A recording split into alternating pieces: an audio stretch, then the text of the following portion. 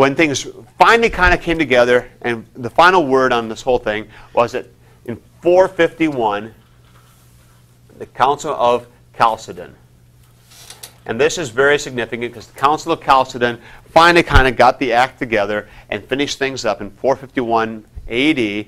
And they said, Nestorius is wrong, Eutyches is wrong. Because see, Eutyches is emphasizing the God stuff so much. The divine, that's there, no doubt about it. The human kind of gets lost. So Nestorius' Jesus sort of doesn't look as human, as divine quite as we might think he should be. And Eutyches' Jesus isn't human like he should be. The humanity gets lost. Here the divinity gets lost. So Chalcedon said these are both wrong. And so what Chalcedon came up with were these 4 famous negations. The negations of Chalcedon. The things that we say that Jesus is not. And so in the personal union, or the hypostatic union, when the God and the man come together in Jesus, they come together unconfusedly. And they come together unconfusedly and unchangeably.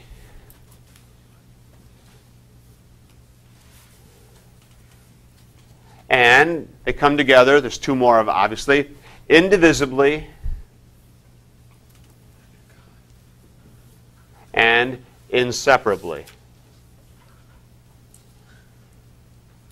Which starts to sound like the same sort of thing. But these are the 4 negations of Chalcedon. The first 2, to say that Jesus is truly God and truly man, unconfusedly and unchangeably, is a straight shot at Eutychianism.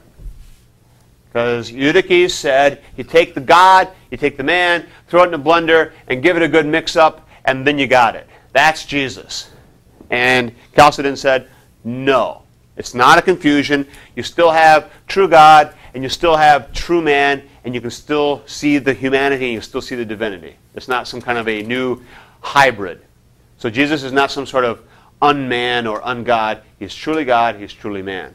So Eutyches is out, unconfusedly and unchangeably.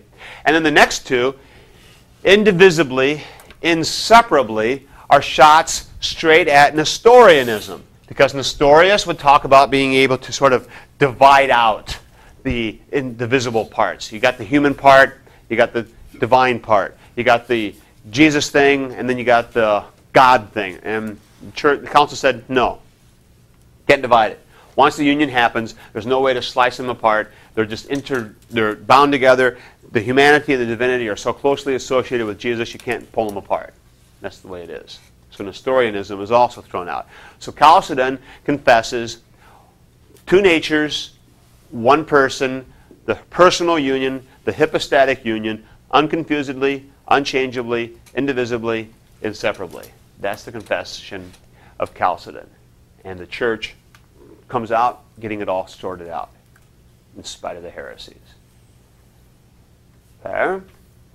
Questions for clarification?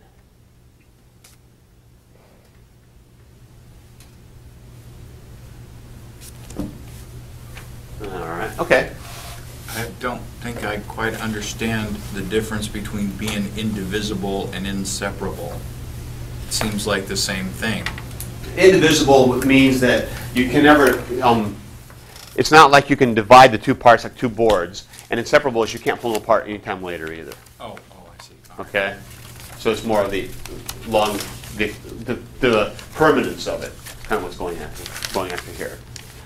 Which leads us to several other things. And one of the first things that comes out of this then is, when did the personal union or the hypostatic union end?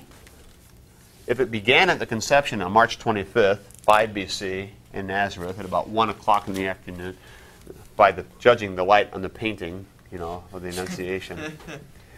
So if it happened on March 25th, that's when it started. When did it conclude? When did it end? Never. Exactly. Has not ended. Has not ended. And this is the real the scandal of this thing.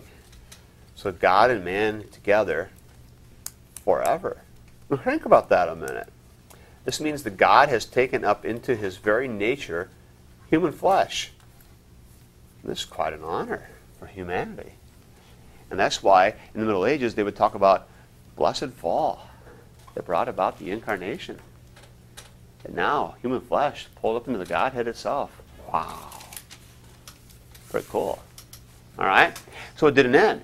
This also means that on the cross, what's going on? Real suffering. You've got God in the flesh dying. And we actually sing it in some of our Lenten hymns. O darkest woe. And we sing about God is dead. And people say, wait a minute, I thought that was bad to say that. But no, that's the miracle. That's what's going on. God in the flesh dying. Which one of the heresies, because I've heard this talked about before, say that the God part kind of left Jesus a little bit on the cross and then came back. This fits really well with adoptionism. It works real well. Because if Jesus was adopted by God, that means that when Jesus is on the cross, at just the right moment, he just bails out. And in fact, they even say, when Jesus says, my God, why have you forsaken me? What's happening is the human Jesus is saying, hey, wait, where'd you go? Because he's just been abandoned. And that's what they see going on. So adoptionism, it fits pretty well. And Docetism, the same kind of a thing. Docetism, the cross, who's being crucified, it just looks like Jesus, but it's not really him. So is God suffering? No, no problem. And see, this is the real rub. This is the real problem with the incarnation, a suffering God. Can't have it. Can't have it. God's impassible. He doesn't suffer. He doesn't experience things.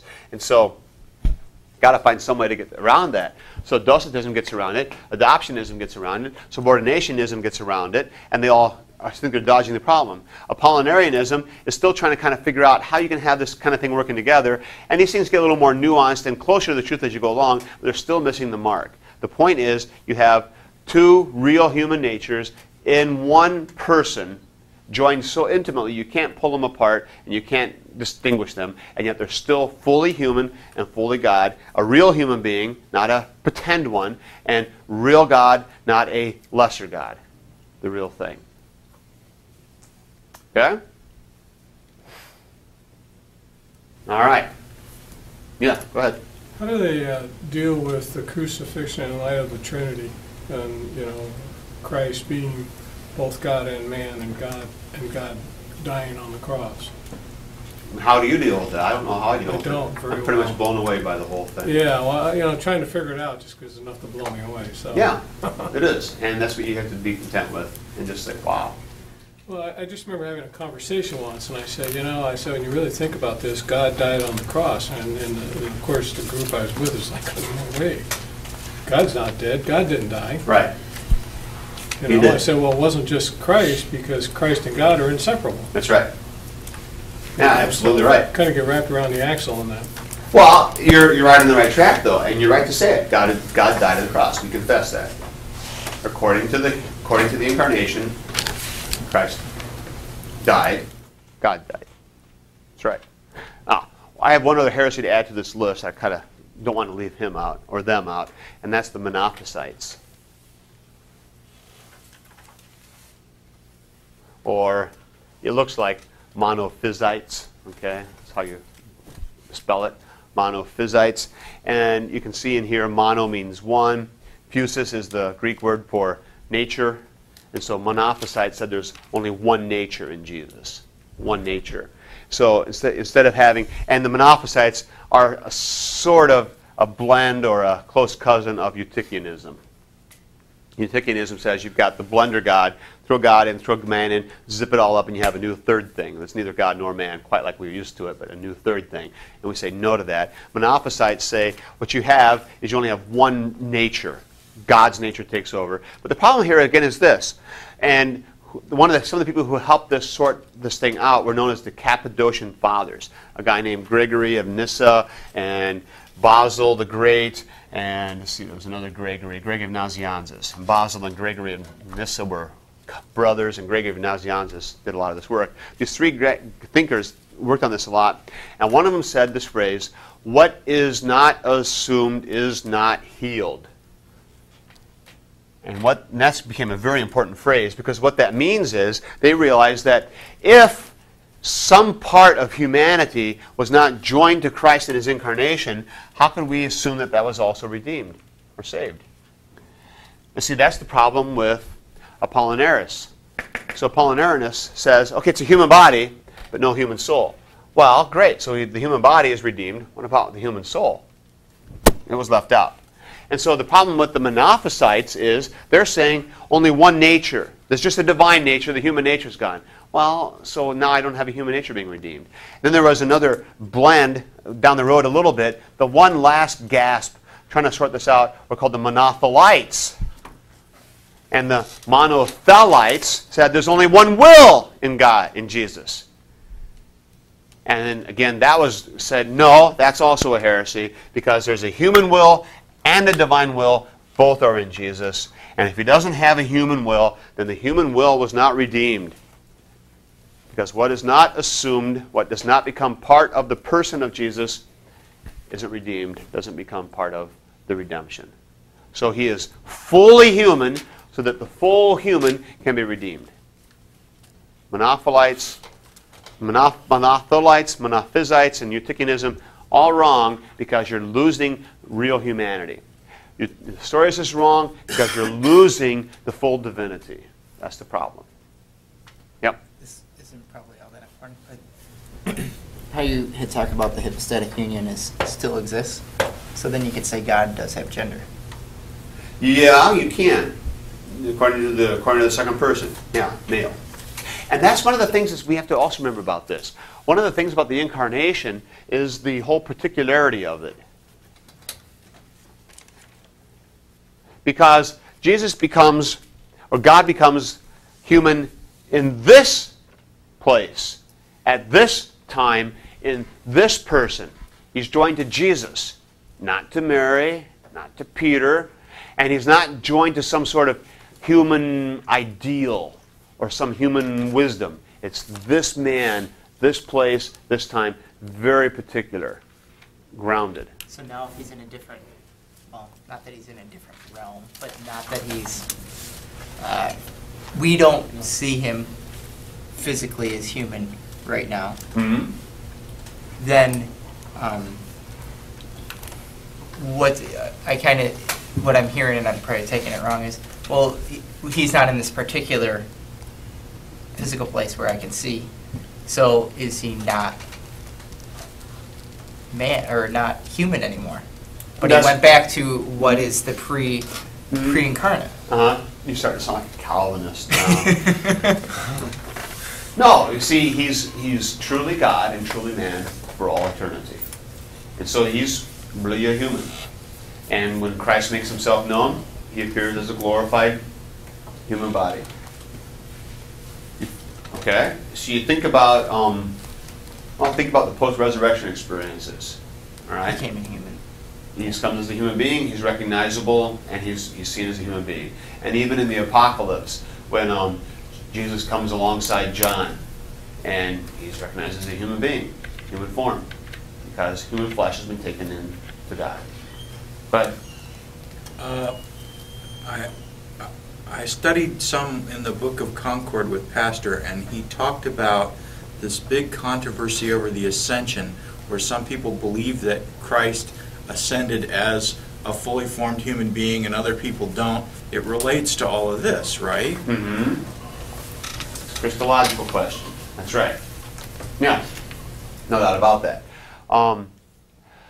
So Jesus is God in the flesh, a particular human being at a particular time and in a particular place. And this is one of the things that they complain about in Jesus Christ Superstar. Judas, this was at the Muni this past summer. I don't know if you guys weren't around probably yet, huh? So anyway, some of you were, and some of you know Jesus Christ Superstar anyway. But this is what Judas is complaining about. Why did you choose such a strange time, such a strange place? If you come today, it would have been different. But see, God chooses this time, this place. It's the scandal of that particular. This is the way he does it. That's how he works it out. Now, the other thing that we need to keep in mind here also is that, what was I going to get at? Whenever you were saying it, and I had in mind, and I've lost it now. It'll come to me. All right. So we have the full personal union taking place, and it happens in this time and in this place, a particular individual. And sorting this out was not easy. And you can see how long it took. We got 325 to 451. We got a couple hundred years of the church kind of wrestling through this thing and kind of coming to terms with this and getting it figured out and getting it right. So it wasn't a simple thing. It took a while to kind of pin it all down and nail it all down and get it right. Not an easy thing. All right. Good. Oh, that bugs me. I had that thought, now I lost it. Any other questions? It will come back to me sometime, probably after the fact. All right. Question. Yeah. Real quick. So pre-incarnate. Mm-hmm. Post-incarnate, we think of Christ as in human flesh. Mm-hmm. Is there a visual we can think of him in pre-incarnate? Because, well, if Jesus was before existence, sure, God, then he was spirit. Spirit, God. Yeah, he was spirit. No human form. There was. Right. He might take on human form, just like the visitors to Abraham at the trees of Mamre, where they show up, and they take on human form for that point. But God's spirit doesn't have human form. But see, the thing is now with Jesus, I remembered it. Okay? With Jesus, he is human form now. He is flesh. And he has it forever. So that is, and it really does help us to kind of visualize it. See, that's one of the things with the Trinity as well. Father, we can get that. That's the grandfather thing. We know what that looks like. Jesus, we got a handle on that. We can handle that. Spirit, it's hard. What's a spirit look like? Dove, I guess. We just have a hard time with that. But the reality is, before the incarnation, though, there was no flesh and there was no particular form. He could come in human flesh. Sure, he might appear for purposes, and God the Father can even do that. And the Spirit comes as a dove. Okay, so is he a dove? No. But for our sake, he does this kind of thing. All right, now we frequently talk about the incarnation, and we will associate the incarnation with the action of Christ in his humiliation. And we'll talk about sometimes the humiliation of Jesus and the exaltation of Jesus. It's very important to realize that the humiliation of Jesus does not equal the incarnation. The humiliation of Jesus does not equal the incarnation. Because if it did, what we would be saying is that the very fact that he became a human was the humiliation. There's nothing particularly humiliating about being a human. See, to think that the incarnation itself was the humiliation is to buy into the idea that the flesh is somehow evil or opposed to God. It's not. Flesh is just flesh. It's fine. Nothing wrong with it.